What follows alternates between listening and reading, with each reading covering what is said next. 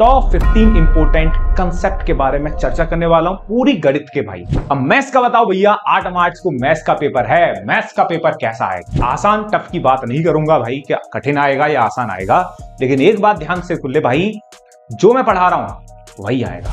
Hello मेरे प्यारे लड्डू और गुड्डी, सब कैसे हो? उम्मीद करता हूं सब एकदम बढ़िया होंगे और आप हमेशा की तरह मन लगा के अपनी पढ़ाई कर रहे होंगे। सारे बच्चों का केमिस्ट्री का पेपर कैसा हुआ भैया कमेंट सेक्शन में बताओ जरूर, ठीक है? सबका पेपर अच्छा हुआ होगा, ठीक है? रात मैंने आपको बताया भी था, जो मैंने 8 डेज गैप स्ट्रेटेजी डाली थी, केमिस्ट्री का पेपर आसान आएगा और आसान आया मेरे भाई, ठीक है? अब मैथ्स का बताओ भैया, 8 मार्च को मैथ्स का पेपर है। मैथ्स का पेपर कैसा आएगा? जो पढ़ा रहा हूं वही आएगा। आसान टफ की बात नहीं करूंगा भाई, क्या कठिन आएगा या आसान आएगा, लेकिन एक बात ध्यान से सुन ले भाई, जो मैं पढ़ा रहा हूं वही आएगा। उसके अलावा तेरे को कुछ ज्यादा नहीं सोचना। जो क्वेश्चन प्रैक्टिस करने के लिए तू वो कर और खुद से थोड़ा बहुत प्रैक्टिस कर ले, क्योंकि तेरे पास भी कोई बुक पड़ी होगी पीवाईक्यू वगैरह की। दो चीजें ध्यान रख, पीवाईक्यू करना है और एनसीईआरटी करना है, बस, ठीक है? ये सारी चीजें बहुत अच्छे से कर ले मेरे भाई, इसके अलावा कुछ मत कर। 8 दिन में पेपर में अच्छे तरीके से कर सकते हो। गैप स्ट्रेटेजी बता चुका हूं भैया, कैसे कैसे आपको क्या करना है, ठीक है? और आज की वीडियो में आपको एक्सप्लेन करूंगा एनसीईआरटी के या बोर्ड एग्जाम 2025 के सबसे important concept, top 15 important concept के बारे में चर्चा करने वाला हूं पूरी गणित के भाई।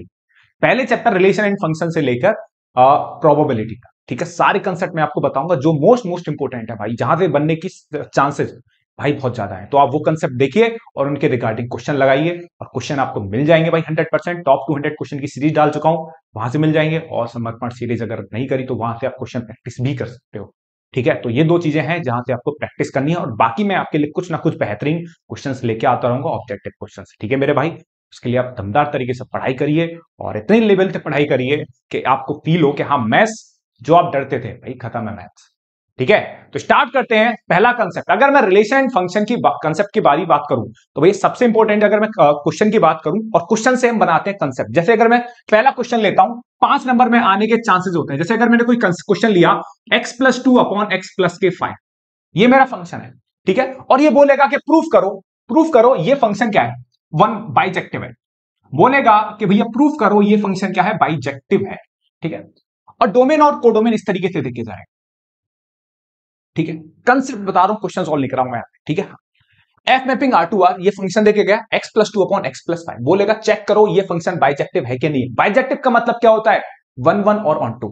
अब 1 1 ऑन 2 जांच करने के लिए हमें पहले 1 1 चेक करना पड़ेगा, उसके बाद ऑन 2, ठीक है? हाँ, अब 1 1 के चेक करने के लिए आपको पता है ना कंसेप्ट क्या होता? कंसेप्ट होता था 1 1 ऑन 2 का। भाई देख, कंसेप्ट होता था कि x1 और x2 दो नंबर होते थे, कहां से बिलोंग करते थे? उसके डोमेन में से बिलोंग करेंगे। ये डोमेन है और ये इस क्वेश्चन का कोडोमेन है, ठीक है भाई? तो हम क्या करते थे, f ऑफ x1 क्या करते थे, इसमें एक बार x1 डालेंगे, ठीक है? और इसमें एक बार क्या डालेंगे, fx2, और दोनों को क्या कर देंगे, इक्वल कर देंगे। इक्वल करने के बाद अगर x1 इक्वल टू x2 आ जाता है मेरे छोटे भाई लड्डू, तो समझिए फंक्शन क्या होगा तेरा, 1 1 होगा, ठीक है? इंपोर्टेंट कंसेप्ट भाई, यहां से सवाल बनेगा, ठीक है? और दूसरा, पहला कंसेप्ट हो गया 1 1 का, और दूसरा कंसेप्ट किसका होता है, ऑन 2 का।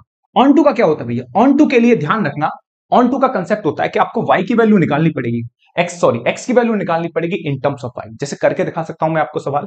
fx बराबर आप जानते हो क्या होता है, y होता है x+2 अपॉन x+5, ठीक है? हाँ, यहां से आप x की वैल्यू निकाल लोगे in terms of y। Basically आपको ऑन 2 निकालने के लिए क्या निकालनी होती है, रेंज निकालनी होती है। क्या निकालनी होती है भाई, रेंज। अगर रेंज जो है बेटा, रेंज जो है, अगर आपने किसके बराबर निकाल के दिखा दी, कोडोमेन के बराबर निकाल के दिखा दी, अगर आपने रेंज जो है बेटा किसके बराबर निकाल के दिखा दी, कोडोमेन के बराबर निकाल के दिखा दी, तो फंक्शन क्या हो जाएगा आपको, ऑन 2 हो जाएगा। फंक्शन 1 1 पहले हो गया, ऑन 2 हो गया, तो ये फंक्शन क्या हो जाएगा, बाइजेक्टिव हो जाएगा। तो ध्यान रखना, इस तरीके के सवाल, इस तरीके का सवाल आपसे बोर्ड एग्जाम में पूछा जा सकता है 8 मार्च को। भैया तैयार रखना, ये सवाल बहुत बार आ चुका है पीवाईक्यू में, मैं इसीलिए रिसर्च करके लेके आया हूं सवाल को, ठीक है? बहुत बार आ चुका भैया, ठीक है? ऑन 2 करने के लिए आप क्या करोगे, पहले x की वैल्यू निकालोगे इन टर्म्स ऑफ y, तो क्या करोगे, xy प्लस के कितना आ जाएगा 5y इक्वल टू कितना आ जाएगा x+2। तो यहां से मैं फटाफट से निकाल देता हूं, xy minus x equal to 2 minus के 5y। और यहां से जब आप देखोगे तो यहां से x कॉमन लोगे तो यह आ जाएगा y माइनस 1 इक्वल टू कितना आ जाएगा 2 माइनस के 5y। और यहां से कंसेप्ट आप देखोगे तो ये हो जाएगा 2 माइनस के 5y अपॉन y माइनस 1। अब यहां से आप देखो, क्वेश्चन प्रैक्टिस लगाओ, ये फंक्शन की जो रेंज है कोडोमेन के बराबर आ रही है नहीं आ रही, वहां मैंने आपको अच्छे समझाया है, ठीक है, एक बार वहां से देख लीजिए। बट आप बोल सकते हो यहाँ पे थोड़ा मैं आइडिया दे सकता हूँ, ये फंक्शन की जो रेंज है वो कोडोमेन के इक्वल नहीं आएगी, क्योंकि रेंज जो होगी वो थोड़ा सा, रेंज जो होगी वो होगी आर माइनस के एक्सेप्टेबल, ठीक है। रेंज जो होगी आप सब कुछ ले सकते हो, बस वन नहीं ले सकते, ठीक है। तो रेंज आपकी ये है, कोडोमेन आपका आ रहा है तो बराबर तो नहीं है, तो इसका मतलब रेंज और कोडोमेन बराबर नहीं है, तो इसका फंक्शन ये, इसका मतलब फंक्शन ऑन टू नहीं है, ऑन टू नहीं है बट वन वन है, तो इसका मतलब प्रॉपर तरीके से बोलोगे तो ये बाइजेक्टिव तो नहीं है, क्योंकि बाइजेक्टिव होने के लिए वन वन और ऑन टू का होना मेरे भाई लड्डू जरूरी होता है, ठीक है। तो इस तरीके का कंसेप्ट है, आपको मिलेंगे ऐसे सवाल किसमें भाई, टॉप 200 क्वेश्चन में मिल जाएंगे, और आपको समर्पण सीरीज जो भी है वो उसमें भी मिल जाएगी, ठीक है। तो आपको कंसेप्ट मैंने बता दिया। अब दूसरी अगर मैं बात करूं, ये पहला कंसेप्ट आपका हो गया, कंसेप्ट नंबर 1 हो गया। दूसरा अगर आपको बात करूं तो आपने देखा होगा इक्विवेलेंस रिलेशन, इक्विवेलेंस रिलेशन के लिए आप ध्यान रखना रिफ्लेक्सिव, सिमेट्रिक और ट्रांजिटिव, वहां पे भी आप सवाल लगा सकते हो, लेकिन सिलेक्टेड वे में लगाना भैया, पीवाईक्यू लगा लियो, जो क्वेश्चन की फ्रीक्वेंसी तेरे को ज्यादा लगे कि ये क्वेश्चन बार बार पूछा जा रहा है, उस पर तो भाई बहुत ज्यादा अच्छे तरीके से तेरे को ध्यान देना, ध्यान रखियो कि किस तरीके क्वेश्चन पीवाईक्यू में क्या होता है। पीवाईक्यू का मतलब है कि कौन से क्वेश्चन कैसे आ रहे हैं भाई, कौन से क्वेश्चन जो है बार बार रिपीट कर रहा है, ठीक है। हाँ, तो जो क्वेश्चन तेरे को लगे कि बार बार रिपीट करा और वो कंसेप्ट रिपीट करा, क्वेश्चन तो सेम नहीं हो सकता हर साल, उसका कंसेप्ट सेम हो सकता है। जैसे मैं तेरे को ये सवाल कर रहा हूं x+2/x+5, इस तरीके का क्वेश्चन हो सकता है, यहाँ पर और कुछ डेटा देके चला जाए और बोल के चला जाए कि भैया चेक करके बताइए फंक्शन बाइजेक्टिव है कि नहीं, इस तरीके की तेरे को ध्यान रखना है, ठीक है। आगे बढ़ रहे हैं आप नेक्स्ट चैप्टर की तरफ, यहां से ये चैप्टर, ये जो कंसेप्ट है बहुत ज्यादा इंपॉर्टेंट है, ठीक है। आगे बढ़ रहे हैं बेटा नेक्स्ट कंसेप्ट की तरफ, आगे बढ़ रहे हैं बेटा नेक्स्ट कंसेप्ट की तरफ, और कंसेप्ट है आपका इनवर्स ट्रिग्नोमेट्रिक फंक्शन से भाई, ठीक है। अब इनवर्स ट्रिग्नोमेट्रिक फंक्शन की अगर मैं बात करूं, ये 5 मिनट जो है या 2 या 3 मिनट होने वाले इनवर्स ट्रिग्नोमेट्रिक फंक्शन की, गौर से सुन लेना, यहीं से सवाल बन जाएगा। देख क्या है, अगर मैं आपसे बोलूं कि y equal to sine inverse sine x है, ठीक है, y equal to sine inverse sine x है, क्या ये जो साइन है साइन इनवर्स को कैंसिल आउट कर देगा? अब बोलोगे भैया बिल्कुल कर देगा, मैंने की कर तो देगा। यहां पर एक कंडीशन होती है, कंडीशन क्या होती है? कंडीशन ये होती है कि बेटा ये साइन और ये साइन इनवर्स तभी रिमूव कर पाएगा जब ये जो x है, जब ये जो x है, x क्या है, इसकी रेंज में हो, रेंज, और साइन इनवर्स की रेंज क्या है वो आपको ध्यान होनी चाहिए भाई, साइन इनवर्स की रेंज होती है -π/2 से π/2। इसका मतलब ये भाई साहब ये जो x है, मतलब ये आपस में तभी कट कर सकता है जब ये जो x है वो कहां से कहां तक आए, -π/2 से लेकर +π/2 के बीच में। बात समझ में आ रही है? जैसे अगर मैं आपसे क्वेश्चन बोलूं कि y equal to sine inverse, y equal to sine inverse कितना है, sin 3π/4, ठीक है। हाँ, क्या ये साइन और साइन आपस में कैंसिल आउट करेगा? बिल्कुल नहीं करेगा। क्यों? क्योंकि 3π/4 जो होता है 135 डिग्री होता है, 135 साइन इनवर्स की रेंज से बाहर है भाई। तो पहले आप क्या करोगे, इस वाले एंगल को, इस वाले एंगल को, ये जो 3π/4 है साइन इनवर्स की रेंज में लेके आओगे। कैसे लेके आओगे? y equal to sine inverse, y equal to sine inverse, इसे आप क्या लिख सकते हो, पाई माइनस के π/4। अब देखो ये कंसेप्ट है, अब सवाल भी बन रहा है, ठीक है, बट कंसेप्ट आपको ढंग से क्लियर है तो किसी का भी सवाल आ जाए, सेक का आ जाए, कॉट का आ जाए और कॉस का आ जाए, आप लपेट दोगे। बस आपको क्या क्लियर होना चाहिए भाई, कंसेप्ट क्लियर होना चाहिए, ठीक है। तो ये आपने, मैंने बताया कि ये तभी कैंसिल आउट होगा जब ये साइन इनवर्स की रेंज में हो, ठीक है। और साइन पाई माइनस π/4 कितना आ जाएगा, साइन पाई माइनस π/4 आ जाएगा, साइन π/4।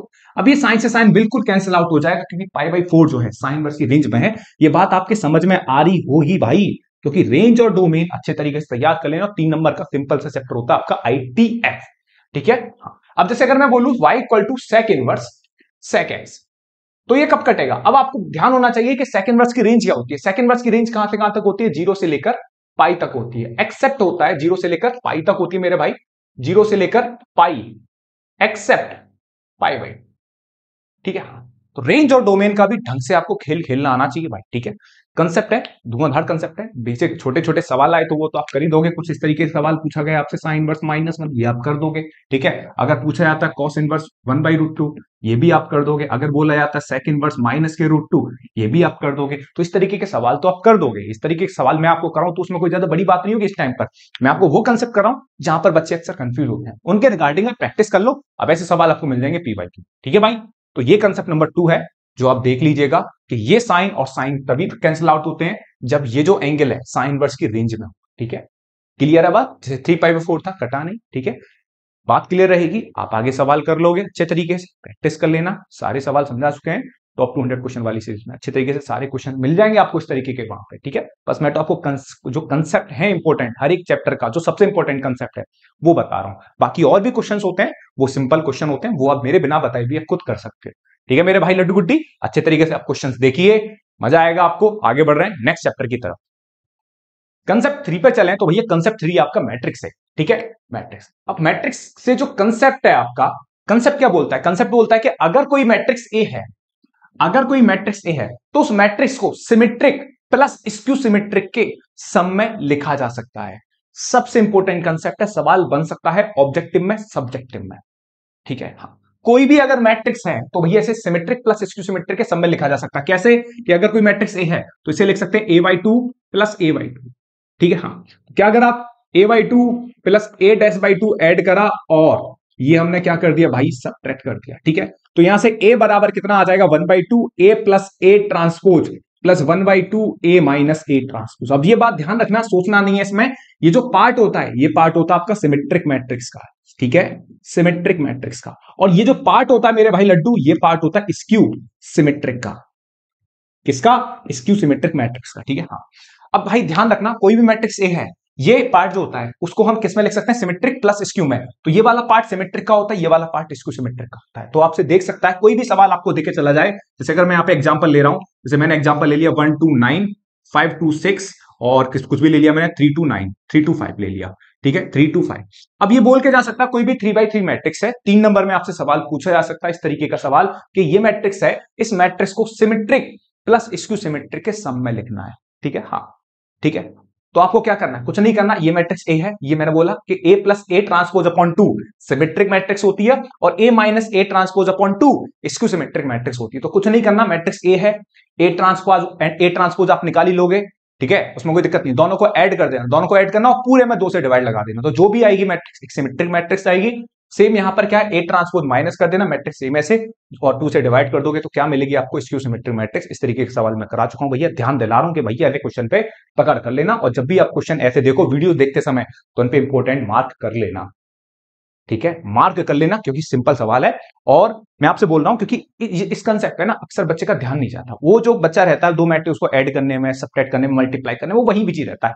ध्यान रखना, सवाल आपसे पूछा जा सकता है अच्छे तरीके से, ठीक है। तो भैया ध्यान रखना, सवाल तो आपको मिल जाएगा, टॉप 200 क्वेश्चन हमेशा मैंने अच्छे तरीके से सवाल करा रखे हैं, ये सवाल वहां से आपको सवाल दिख जाएगा, तो वहां से सवाल आप अच्छे में है ना कर लेना, ठीक है भाई। बात यह है कि मैं यहाँ ना इंपोर्टेंट क्वेश्चन मार्क करा रहा हूँ कंसेप्ट, ठीक है, सॉल्व कराऊंगा तो फिर से वीडियो बहुत लंबी चली जाएगी, ठीक है मेरे भाई, तो इस बात का तू ध्यान रख ले, ठीक है। क्वेश्चन प्रैक्टिस तो तेरे को करनी पड़ेगी ना 8 दिन में, ठीक है। हाँ, तो बस तेरे को ये जो क्वेश्चन कंसेप्ट है ये याद दिला देंगे कि भैया ये सवाल इंपॉर्टेंट है, फिर ढंग से कर ले, ठीक है। बात समझ में आ रही है नहीं आ रही? हाँ, ये बस ध्यान रखियो, ढंग से रगड़ दे बैच को, मैं बता रहा हूं, इतने पेज काले कर, तेरे को याद है कि 8 दिन में मैंने जिंदगी की सबसे मेहनत करी, तगड़ी मेहनत करी थी, सही है, बढ़िया है। तो भाई अगले कंसेप्ट की तरफ बढ़ रहे हैं, और जो कि मेरे भाई लड्डू गुड्डी श्योर वाला क्वेश्चन होता है, डिटर्मिनेंट से श्योरिटी वाला क्वेश्चन आएगा ही आएगा, 5 नंबर में आएगा, ठीक है, 100% आएगा भाई, ठीक है, 5 नंबर तेरे अभी से कंफर्म करा दूं, मतलब डिटर्मिनेंट के, ठीक है। बाकी यहां से सवाल जरूर छपेंगे, ठीक है भाई। सबसे बढ़िया कंसेप्ट उठा रहा हूं, 2 मैट्रिक्स को ऐड सेड नहीं कराऊंगा या 2 मैट्रिक्स को मल्टीप्लाई नहीं कराऊंगा कि भैया ये सवाल करा दो, कंसेप्ट सिंपल, बेहतरीन कंसेप्ट, ठीक है। आगे बढ़ते बेटा नेक्स्ट कंसेप्ट की तरफ। डिटर्मिनेंट का सबसे धांसू क्वेश्चन और सबसे धांसू कंसेप्ट भाई, जहां से सवाल आने के चांसेस अप्रोक्सीमेटली 99.99% है मेरे भाई, सवाल जरूर बनता है भाई यहां से। Solve the system of equation. देख 2 तरीके के सवाल है, अगर ये वाला सवाल आ गया तो तेरे हाथ में लड्डू है, कुछ नहीं करना है, सिर्फ सीधे क्या करना है, एक्स वाई जेड की वैल्यू निकालनी है। एक्स वाई जेड की वैल्यू निकालने के लिए याद कर, तेरे पास कंसेप्ट होता है x equal to A inverse B. क्या निकालते हैं, ए इनवर्स क्या होता है, देख लियो भाई ढंग से, ए होता है तेरे पास ये जो मैट्रिक्स बनती है, यहां पे जो मैट्रिक्स बनती है इनके कोफिशिएंट से बनती है, याद कर 1 - 1 2। ये सबसे इंपॉर्टेंट कंसेप्ट है भाई, solve the system of equation. यहां से डिटर्मिनेंट से 5 नंबर का बनेगा, सीधा 5 नंबर का। 2 तरीके से सवाल पूछे जा सकते हैं, या तो ऐसे देखे जाएगा या ऐसे देखे जाएगा, ज्यादा चांसेस ऐसे होते हैं देखे जाने के, सबसे ज्यादा चांसेस इसके होते हैं, ठीक है, क्योंकि हाँ थोड़ा क्वेश्चन देखने में बड़ा लगता है और बोर्ड एग्जाम को लगता है और बच्चे को भी थोड़ा सा लगता है कि यार हाँ क्वेश्चन थोड़ा टफ सा तो है, बट डेटा चेंज कर सकता है, ये बिल्कुल लॉलीपॉप का सवाल बन जाता है, कुछ नहीं है। यहां पर ये 3 इक्वेशन देखे गए है ना, सिर्फ उसमें उठा के ये वाला क्वेश्चन एक तरीके से यहां रिपीट कर, ठीक है। यहां कुछ नई बात नहीं है, बस इसी को जो ए बनाओगे वही है 10, ठीक है। जैसे ए बनाऊंगा ना 1 - 1 2, ये कितना आ जाएगा 3 4 -5, ठीक है, और ये हो जाएगा 2 - 1 3। अब भाई साहब ये क्या है, x equal to A inverse, A inverse निकालोगे, ए इनवर्स आपको निकालना होता है किसी भी मैट्रिक्स का ए इनवर्स निकालना, कैसे निकालते हैं, पहले निकालते हैं एडजॉइंट, एडजॉइंट ए में क्या निकालो, डिटर्मिनेंट ऑफ ए की क्या लगा दो, डिवाइड लगा दो, ए इनवर्स आ जाएगा, बी आपका ये बनता है 7 - 5 12। कंसेप्ट देख लेना, काफी इंपॉर्टेंट कंसेप्ट है, दोनों सवाल पूछे जा सकते हैं, ज्यादा चांसेस मैं अभी बता चुका हूं इस सवाल के हैं, ठीक है। तो solve the system of equation पे पकड़ कर लेना भाई, सवाल पूछा जाएगा 100%। ये वाला सवाल कंसेप्ट 4 जो है बेटा बहुत पूछा गया है भाई, पूछा ही जाता है ये वाला, ध्यान रखियो। सही है, जो भी सवाल देखें इनके रिगार्डिंग कर लियो, बता रहा हूं, ठीक है। कंसेप्ट काफी इंपॉर्टेंट है। आगे बढ़ रहे हैं बेटा नेक्स्ट कंसेप्ट की तरफ। देखो साहब, पांचवा कंसेप्ट है आपका कंटिन्यूटी से। कंटिन्यूटी से किस तरीके के सवाल आपके बोर्ड एग्जाम में पूछे गए हैं और पूछे जाते रहेंगे भाई। देखो आपको एक सवाल देके जाएगा और बोलेगा कि ये फंक्शन जो है कंटिन्यूअस है एट एक्स इक्वल टू किसी भी पॉइंट पे। जैसे दो सवाल मैं आपके लिए लेके आया हूं कि function at x equal to pi by 2 पे कंटिन्यूअस है और ये वाला फंक्शन जो है एट एक्स इक्वल टू 1 पर क्या है, कंटिन्यूअस है। जैसे यहां बोल रहा है फाइंड द वैल्यू ऑफ के, यहां बोल रहा है find the value of a and b, ठीक है। तो कंसेप्ट आपको मालूम होना चाहिए कि अगर कोई फंक्शन कंटिन्यूअस है, अगर कोई फंक्शन कंटिन्यूअस है तो एलएचएल, भैया ध्यान रखियो, अगर कोई फंक्शन कंटिन्यूअस होता है किसी फिक्स पॉइंट पे, लाइक सपोज मैं मान रहा हूं कि x इक्वल टू ए पर फंक्शन कंटिन्यूअस है, तो हम क्या करते हैं, एलएचएल निकालते हैं, फिर क्या करते हैं, आरएचएल निकालते हैं, और क्या करते हैं, वैल्यू ऑफ फंक्शन निकालते हैं, वैल्यू ऑफ फंक्शन, तीनों को क्या कर देते हैं, इक्वेट कर देते हैं।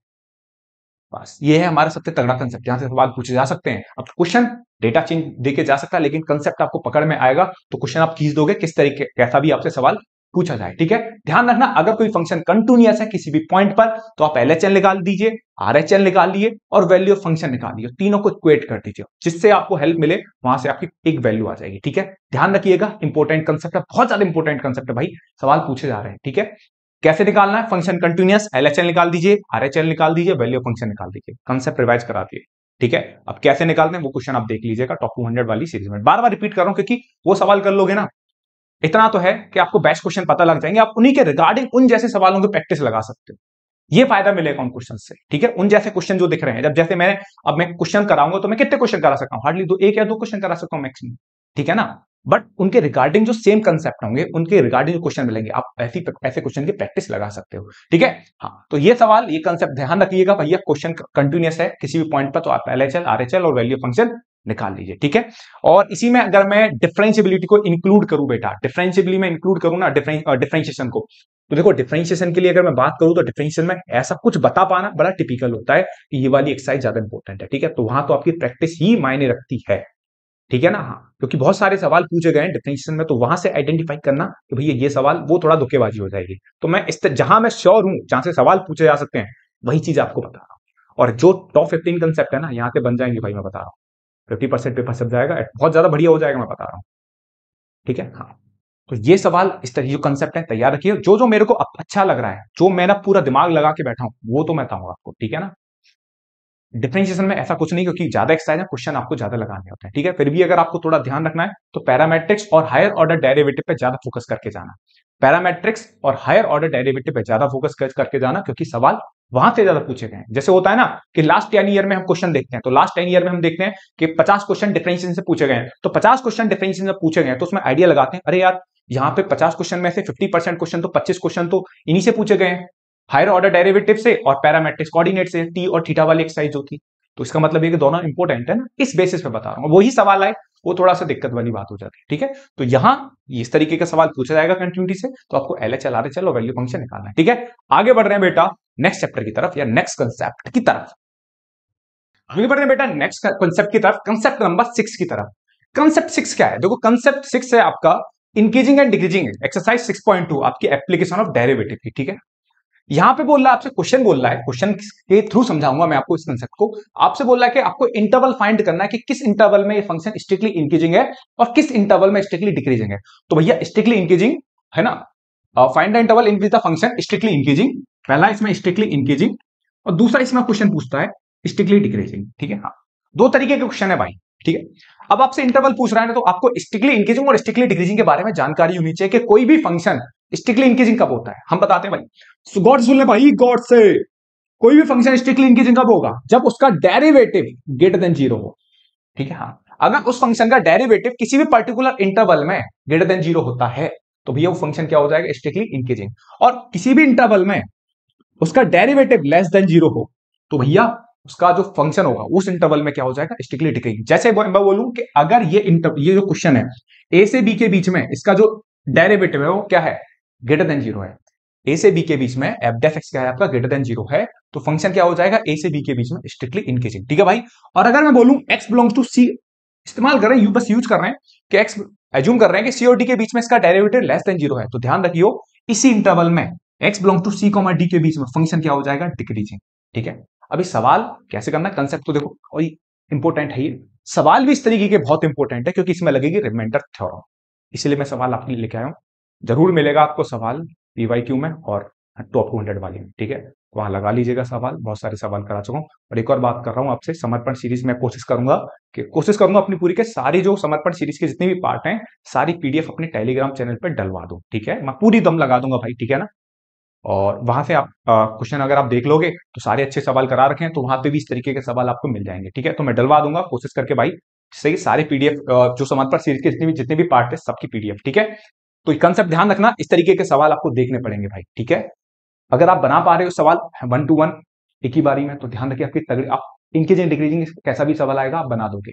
ठीक है, हाँ अगर नहीं है तो आप भैया जाके थोड़ा पढ़ाई करिए, क्योंकि ये टाइम चल रहा है पढ़ाई करने का टाइम से। ठीक है, आगे बढ़ रहे हैं बेटा नेक्स्ट कंसेप्ट की तरफ, कंसेप्ट नंबर 7 की तरफ आगे बढ़ते हैं बेटा। कंसेप्ट नंबर 7, कंसेप्ट नंबर जो 7 है ना मेरे भाई, कंसेप्ट नंबर 7 है आपका डेफिनेट इंटीग्रेशन से। डेफिनेट इंटीग्रेशन में जो उसकी प्रॉपर्टीज है ना वो उसकी बैकबोन है, और सवाल वहीं से पूछे जाते हैं। अब 3 प्रॉपर्टीज बहुत इंपॉर्टेंट होती हैं पूरे डेफिनेट इंटीग्रेशन में। ठीक है, जो मैं आपको क्वेश्चन क्लिक भी करा दूंगा कि ये सवाल इस प्रॉपर्टी से होगा। ठीक है, और अगर आपको 7 जितनी भी प्रॉपर्टी 6 या 7 प्रॉपर्टी है, अगर आपको बहुत ही अच्छे से कमांड करनी है, डिस्क्रिप्शन में लिंक लगा दूंगा, देख लेना। ठीक है ना, बहुत अच्छे तरीके से। ठीक है, लेकिन जो 3 प्रॉपर्टीज हैं जो सबसे ज्यादा इंपॉर्टेंट है और जिनसे सबसे ज्यादा सवाल पूछे गए हैं उनकी मैं चर्चा भी करने वाला हूं। ठीक है, अब अगर मैं बात करूं भाई पहली प्रॉपर्टी जिनसे सवाल बनते हैं, जैसे अगर मैं बोलूं, जिसे हम बोलते हैं लिमिट ब्रेक करने वाली प्रॉपर्टी। लिमिट ब्रेक करने वाली प्रॉपर्टी सवाल कुछ इस तरीके से बनता है, जैसे x-3 ये सवाल बन गया। ठीक है, इस तरीके से। ठीक है, ये 0 से लेकर 3, 0 से लेकर 3, इसका हमें क्या करना है, इंटीग्रेशन करना है। 0 से लेकर 3 हटाओ, 0 से लेकर 5 करो। इस तरीके के सवाल जरूर बनते हैं। ठीक है, इसके लिए हम क्या कौन सा देखो कैसे करते हैं, ऐसे हम करते हैं 0 से 3 और तोड़ेंगे 3 से लेकर 5। ठीक है, प्रॉपर्टी कैसे लिखते हैं, प्रॉपर्टी लिखते हैं, प्रॉपर्टी अगर याद करो तो प्रॉपर्टी लिखते हैं मेरे भाई a to b fx dx, लिखते हैं a से c, आराम से बने रहना भाई, छाप दूंगा दिमाग में, a से c fx dx, c से b fx dx। अब ये b c क्या है, ये c कैसे आएगा, 3 कैसे ले लिया आपने भैया, 3 वो पॉइंट होता है जहां पे लिमिट टूटेगी। अब हमें कैसे पता लगेगा, आप बच्चा सोचेगा भैया मुझे कैसे पता लगेगा 3 पे टूटेगी, मैं हिंट दे रहा हूं ना। देख, ये जो मॉडुलस है, ये जो मॉडुलस के अंदर की वैल्यू किस पॉइंट पे 0 हो रही है, आप बोलोगे भैया x इक्वल टू 3 पर 0 हो रही है। बस जिस पॉइंट पर 0 हो जाए, जिस पॉइंट पर 0 हो जाए, ठीक है, उसी पॉइंट पर ब्रेक करते हैं, और वो पॉइंट इसके बीच में होना चाहिए। जैसे 3 इसके बीच में है, 0 और 5 के बीच में। एक और सवाल अगर मैं लगा दूं, 0 से ऐसे ऐसे ले ले, -1 से लेकर -1 से लेकर ले ले तू 5 ले ले, और यहां ले ले मॉडुलस ऑफ x - 2 dx। बता, -1 से लेकर 5 के बीच में क्या x इक्वल टू 2 आता है, हाँ वो पॉइंट आता है जहां पर ये 0 हो जाएगा। तो तेरे को कैसे ब्रेक करना है, -1 से लेकर 2 और 2 से लेकर 5। ठीक है, हाँ सवाल बहुत कराए मैंने अपने, वहां से देख लियो। तो ये है कंसेप्ट नंबर 7, बहुत इंपॉर्टेंट है प्रॉपर्टीज के हिसाब से, भैया ध्यान रखियो, काफी इंपॉर्टेंट है। ठीक है, हाँ आगे बढ़ते बेटा नेक्स्ट प्रॉपर्टीज की तरफ। ठीक है, कंसेप्ट 8 के बारे में अगर चर्चा करें, प्रॉपर्टीज नंबर, प्रॉपर्टीज ही है डेफिनेट इंटीग्रेशन की। कौन सी प्रॉपर्टी, जिसे हम बोलते हैं बेटा किंग्स प्रॉपर्टी। ठीक है, किंग्स प्रॉपर्टी, किंग्स क्यों, क्योंकि भाई बहुत इंपॉर्टेंट प्रॉपर्टीज है, प्रॉपर्टी का सबसे बड़ा खेल है किंग्स प्रॉपर्टी। किंग्स प्रॉपर्टी बोले तो भाई अगर मैं बोलूं 0 to a fx dx equal to आपका 0 to a f of a minus x हो जाए, तो भैया ये जो प्रॉपर्टी होती है, प्रॉपर्टी कौन सी होती है, इसे बोलते हैं किंग्स प्रॉपर्टी। ठीक है, 0 to a fx dx, आपने क्या करा इस फंक्शन में x की जगह क्या करा, upper limit plus lower limit minus x करा, ये प्रॉपर्टी इंपॉर्टेंट है। और अगर मैं इसी के रिगार्डिंग दूसरी प्रॉपर्टी लगाऊं जहां पर ये यूज होती है -a to a fx dx, -a to a fx dx, भाई साहब इसमें आपको कौन सी प्रॉपर्टी यूज करनी, यही प्रॉपर्टी आपको यूज करनी होती है। ठीक है, आप एक काम करना, थोड़ा लंबी वीडियो पड़ जाएगी, अगर आपको तगड़ी कमांड करनी है तो प्रॉपर्टीज ऑफ डेफिनेट इंटीग्रेशन की जो वीडियो है वो देख लेना, डिस्क्रिप्शन में लगा दूंगा। ठीक है, यहां तो मैं सिर्फ इंपॉर्टेंट चर्चा कर रहा हूं। ठीक है भाई, तो concept number 8 properties, Kings property पे है, सवाल जरूर आता है, ढंग से कर लेना किंग्स प्रॉपर्टी से बेस्ड सारे सवाल। ठीक है, आगे बढ़ रहे हैं बेटा नेक्स्ट कंसेप्ट की तरफ, आगे बढ़ रहे हैं बेटा नेक्स्ट कंसेप्ट, कंसेप्ट नंबर 9 की तरफ। और कंसेप्ट नंबर 9 है आपका डिफरेंशियल इक्वेशन से। तो डिफरेंशियल इक्वेशन से ना दो कंसेप्ट सबसे ज्यादा इंपॉर्टेंट है, एक तो आपका होमोजीनियस, ठीक है, जो मैं भी चर्चा करने वाला हूं, और दूसरा होता है आपका लीनियर डिफरेंशियल इक्वेशन। ठीक है, दोनों की चर्चा कंसेप्ट नंबर 9 में कर लेंगे। ठीक है, हाँ अब अगर मैं आपसे बोलूं होमोजीनियस की, अगर मैं बात करूं कोई भी डिफरेंशियल इक्वेशन होमोजीनियस है, तो उसकी क्या खासियत होती है? ठीक है, उसकी खासियत ये होती है कि जो भी डिफरेंशियल इक्वेशन है dy अपॉन dx, उनके x और y की कंबाइंड डिग्री क्या होनी चाहिए मेरे भाई? सेम होनी चाहिए। जैसे सवाल है यहां पर x और y की x की डिग्री कितनी है 2, y की डिग्री कितनी है 2, और x इंटू y इनकी कंबाइंड डिग्री कितनी हो जाएगी 2। ध्यान रखिए, ठीक है। होमोजेनियस की खासियत ये होती है कि जो भी x और y की कंबाइंड डिग्री है वो क्या होनी चाहिए? सेम। जैसे एक और एग्जांपल अगर मैं लेना चाहूं dy upon dx, x plus y upon x, ये भी एग्जांपल किसका है? होमोजीनियस का है, x की पावर 1 y की पावर 1 x की पावर। एक और एग्जांपल अगर मैं आपको लेके दिखाऊं, जैसे अगर मैं बोलता हूं x cube plus y cube upon x square y, ये भी किसका एग्जांपल है? ये होमोजीनियस का एग्जांपल है। एक्स की पावर यहां पे भी 3, यहां पे भी 3, इन दोनों की कंबाइंड डिग्री देखनी है। इसकी पावर 2 और इसकी पावर कितनी है 1, दोनों को ऐड करोगे तो पावर दोनों की डिग्री का सम कितना हो जाएगा? 1, 3 हो जाएगा। ठीक है, कितना हो जाएगा? 3 हो जाएगा। एक और अगर मैं बात करूं, जैसे एक एग्जांपल लेके दिखाता हूं, जैसे x square plus x y upon x, क्या ये होमोजीनियस है? नहीं है भैया, ये होमोजीनियस नहीं है। आप बोलोगे यहां 2 है, यहां इनकी कंबाइंड डिग्री कितनी है 1 प्लस 1 कितना हो जाएगा 2, लेकिन यहां कितनी है 1, तो ये आपको होमोजीनियस नहीं है। इस तरीके से आपको आइडेंटिफाई करना होता है कि कौन सी डिफरेंशियल इक्वेशन होमोजीनियस है। एक और सबसे इंपॉर्टेंट पहचान होती है, अगर क्वेश्चन में आपको y अपॉन x दिख रहा है तो समझ जाना क्वेश्चन किसका है? होमोजीनियस का है। अगर होमोजीनियस का अगर पकड़ में आ गया कि ये क्वेश्चन होमोजीनियस का है, तो हम क्या करते हैं? y इक्वल टू क्या पुट करते हैं? vx। क्या पुट करते हैं? y इक्वल टू vx, याद आ रहा होगा सबको आपको। और उसके बाद क्या करते हैं? dy डिफरेंशिएट करते हैं, dy अपॉन dx, उसके बाद b plus x dv upon dx हम कर देते हैं, और उसके बाद फर्दर क्वेश्चन को क्या कर देते हैं? सॉल्व कर देते हैं। दूसरा कंसेप्ट क्या है? एलडीई। एलडीई, ठीक है, ये समझ में आ गया आपके? होमोजीनियस की कहानी सबके अच्छे समझ में आ गई, ठीक है। हाँ, अब आते हैं linear differential equation. Linear differential equation की खासियत ये होती है कि आपको कोई भी डिफरेंशियल इक्वेशन जो है इस फॉर्म में दिखनी चाहिए, dy अपॉन dx प्लस के py equal to q type में दिखनी चाहिए, ठीक है।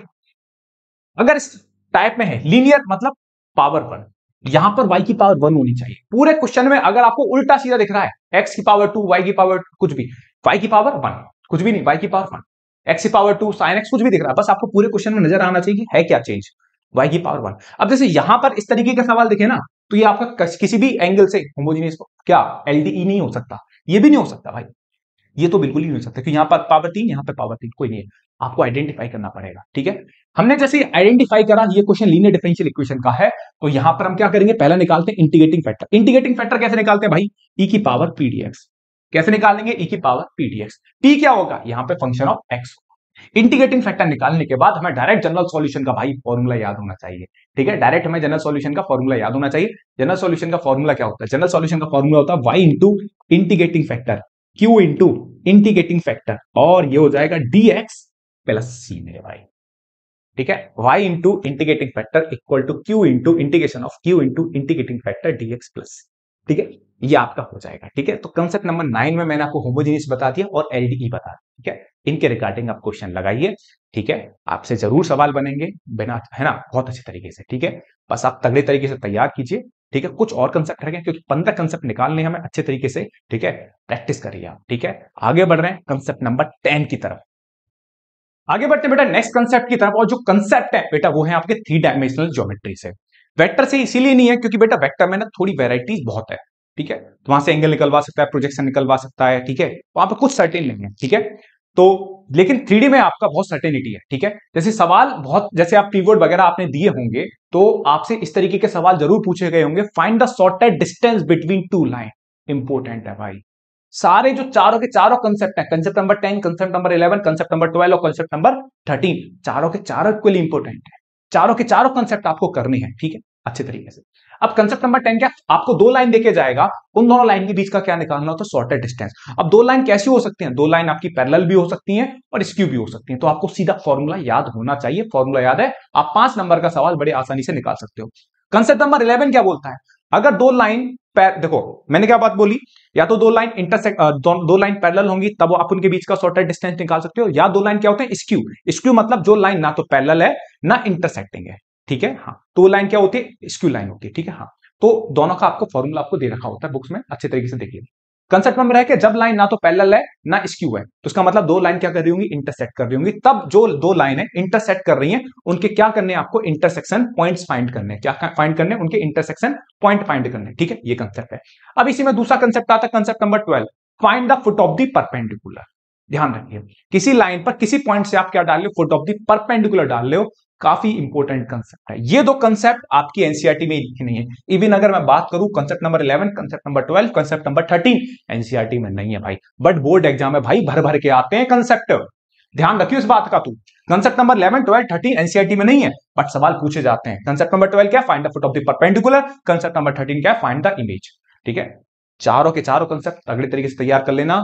एनसीईआरटी में नहीं, ये भी मैंने आपको बता दिया, लेकिन मैंने जो टॉप 200 वाली और समर्पण सीरीज में सारे क्वेश्चन कराए हैं। ठीक है बेटा, आगे बढ़ रहे हैं नए कंसेप्ट की तरफ। ये चारों के चारों कंसेप्ट आप अच्छे तरीके से कर लीजिए, सवाल लगा लेना अच्छे तरीके से। आगे बढ़ रहे हैं नेक्स्ट कंसेप्ट की तरफ, और वो है प्रोबेबिलिटी से। ठीक है भाई, प्रोबेबिलिटी। प्रोबेबिलिटी की अगर मैं दो कंसेप्ट की बात करूं, इंडिपेंडेंट इवेंट और बेस थ्योरम, सवाल बनते हैं। ठीक है, और मैं बच्चे से बोल भी रहा था कि 8 डेज गैप स्ट्रेटेजी मैंने जो बताई थी, वहां पर जो प्रोबेबिलिटी है, पूरा प्रोबेबिलिटी, बच्चा बोलता है कि भैया प्रोबेबिलिटी समझ नहीं आता, कठिन है। मैंने की बेटा सुनो, 8 नंबर का प्रोबेबिलिटी आता है।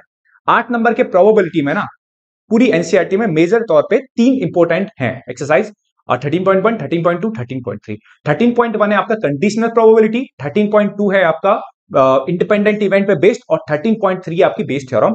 और उसमें थोड़ा सा और इंक्लूड करा गया रैंडम वेरिएबल वाला कंसेप्ट। ठीक है, लेकिन अगर मैं इंपोर्टेंट कंसेप्ट की बात करूं तो भाई कंसेप्ट नंबर 14 इंडिपेंडेंट इवेंट वाला सबसे इंपोर्टेंट है। तैयार करके जाइए कि दो इवेंट इंडिपेंडेंट कब होते हैं। तो आपके लिए याद होना चाहिए कि दो इवेंट अगर इंडिपेंडेंट होंगे तो probability of A intersection B equal to क्या होगा, probability of A into probability of B होगा। और बेस थ्योरम के लिए भैया फॉर्मूला याद होना चाहिए। अब ये को यहाँ फॉर्मूला लिखूंगा तो वो थोड़ा खतरनाक लगेगा, तो बेस थ्योरम आप तैयारी कर लेना। ठीक है, क्योंकि फॉर्मूला लिटरली इसका बहुत ही गंदा फॉर्मूला होता है। ठीक है, वो लिखना पॉसिबल नहीं है। तो मैं आपको बता सकता हूं कि बेस थ्योरम और इंडिपेंडेंट इवेंट आप अच्छे तरीके से कर लेना।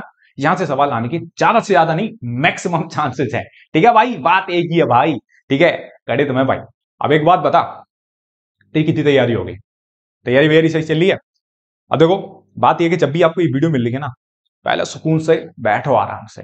ठीक है, सुकून से बैठना भाई, ज्यादा टेंशन नहीं लेनी, जो होगा सो साला देखा जाएगा। ठीक है, बस ये 8 दिन में ना तेरे को जितना हो सकता है उतना रगड़ के पढ़ाई कर। केमिस्ट्री का हो गया, फिजिक्स का पेपर हो गया, 2 मेजर पेपर हो गए, अब मैथ का रह गया है। ठीक है, मैथ्स बाबा एंड में डाले जाते हैं, सुकून के साथ दे भाई तू मैथ्स का पेपर। ठीक है, तैयार हो ले। पहले मैथ्स का नहीं डाला जाता, हमेशा से ये बात है। पहले फिजिक्स या केमिस्ट्री का, केमिस्ट्री का फिजिक्स, मैथ्स का भाई इन दोनों के बाद में डाला जाता। मैथ्स है ही ऐसा भाई। ठीक है, जो भाई एक साथ नहीं भाई, बच्चा ऑलू लिया हो जाएगा, दिक्कत में आ जाएगा नहीं भाई। ठीक है, तो आराम से आप मैथ्स की तैयारी कीजिए, और मैं आपको बताना चाहूंगा पेपर आसानी आएगा। ठीक है, मैं इस तरीके कभी नहीं कहता कि भाई पेपर टफ आएगा। आप ऐसी तैयारी होगी, आप ऐसा ही तो करके आओगे। ठीक है, बस आप ये ध्यान रखिए, जितना मैंने आपको 15 कंसेप्ट बताए इनके रिगार्डिंग आप क्वेश्चन लगाइए। ठीक है, बहुत कुछ आपको देता रहूंगा, आपसे बोल रहा हूं कि भैया जो टॉप 200 वाले वो करिए, रिगार्डिंग प्रैक्टिस करिए। बाकी जो होगा ना, कोई क्या बोल रहा, बहुत सारे कमेंट सेक्शन बच्चों के कमेंट पढ़ता हूं, पर्सनली भी एसएमएस आते हैं, बोलते हैं कि भैया हमारे सर बोल रहे हैं कि तू नंबर नहीं बना पाएगा, हमारे सर बोल रहे हैं कि भाई तू 50 प्लस भी नहीं लेगा, हमारे सर बोल रहे हैं तू फेल हो जाएगा। भाई सर्वर को जान दो, तेल ले ले। ठीक है, आपकी जैसी तैयारी आप ऐसा करके आओ। ठीक है, कोई मेरे से बोले, कोई मेरी तैयारी बहुत अच्छी है, और मेरे से बोले कोई कि भैया 30 से ज्यादा नहीं आ पाएंगे। ठीक है, मैंने ठीक है भाई, नहीं आ पाएंगे, देखेंगे पेपर में, देखेंगे, और पेपर में फोड़ के आऊंगा मैं 80 में से 80। भैया आप तो फोड़ा होगे, हमारी बात कर लो। ठीक है भाई, तू भी फोड़ के आएगा, चिंता मत कर। ठीक है, अच्छे से तैयारी कर बेहतरीन तरीके से। और जो अभी तो एकदम मैंने बोला भी है कि आप अच्छे तरीके से आज के दिन, मतलब केमिस्ट्री का पेपर आज हुआ है जब मैं इस वीडियो को शूट कर रहा हूँ। ठीक है, तो केमिस्ट्री वाले पेपर दिन तो आप अच्छे तरीके से सुकून से आप फॉर्मूले रिवाइज करो मस्त तरीके से। और बाकी जो मैंने आपको गैप स्ट्रेटेजी में बताया है वो आप उसी तरीके से प्लानिंग करो। पहले सिंपल चैप्टर करो, उसके बाद जैसे कि हाँ आपको आपके अकॉर्डिंग जो सिंपल चैप्टर है पहले उनको करो। ठीक है, मेरा मानना ये है कि रिलेशन फंक्शन ठीक है, कंपैरेटिवली आसान होता है, फिर थोड़ा सा ITF, matrix determinant, LPP, vector entity, ये बहुत आसान चैप्टर होते हैं। ठीक है, ठीक है, जो कंसेप्ट है जैसे, ठीक है, लास्ट में मैंने बताया था वेक्टर 3D में जो बताया था, जो foot of the perpendicular image वाला है, find the shortest distance between two line है, इंटरसेक्शन है, उस तरीके के सवाल करिए, जरूर आपका पेपर में क्वेश्चन आएगा भाई। ठीक है, तो सारे बच्चों को भैया बेस्ट ऑफ लक, लड्डू गुड्डी अच्छे तरीके से तैयार करिए, और भैया आपके साथ हैं। ठीक है, एग्जाम के साथ भी और एग्जाम के बाद भी। मैं आपको बाद में भी आपको कहीं दिक्कत है आप तक, मतलब कैरियर को लेके, ठीक है ना, तब भी भैया आपके साथ खड़े हुए हैं। ठीक है, तो कभी टेंशन मत लेना। ठीक है, कि कोई नहीं भैया, मैं हमेशा आपके साथ रहूंगा। ठीक है, ध्यान रखिए। ठीक है मेरे प्यारे लड्डू गुड्डी, पढ़ाई करिए मस्त तरीके से, बने रहिए, और खुद को एकदम तरीके से मोटिवेट रखिए। ठीक है, बाय, टाटा।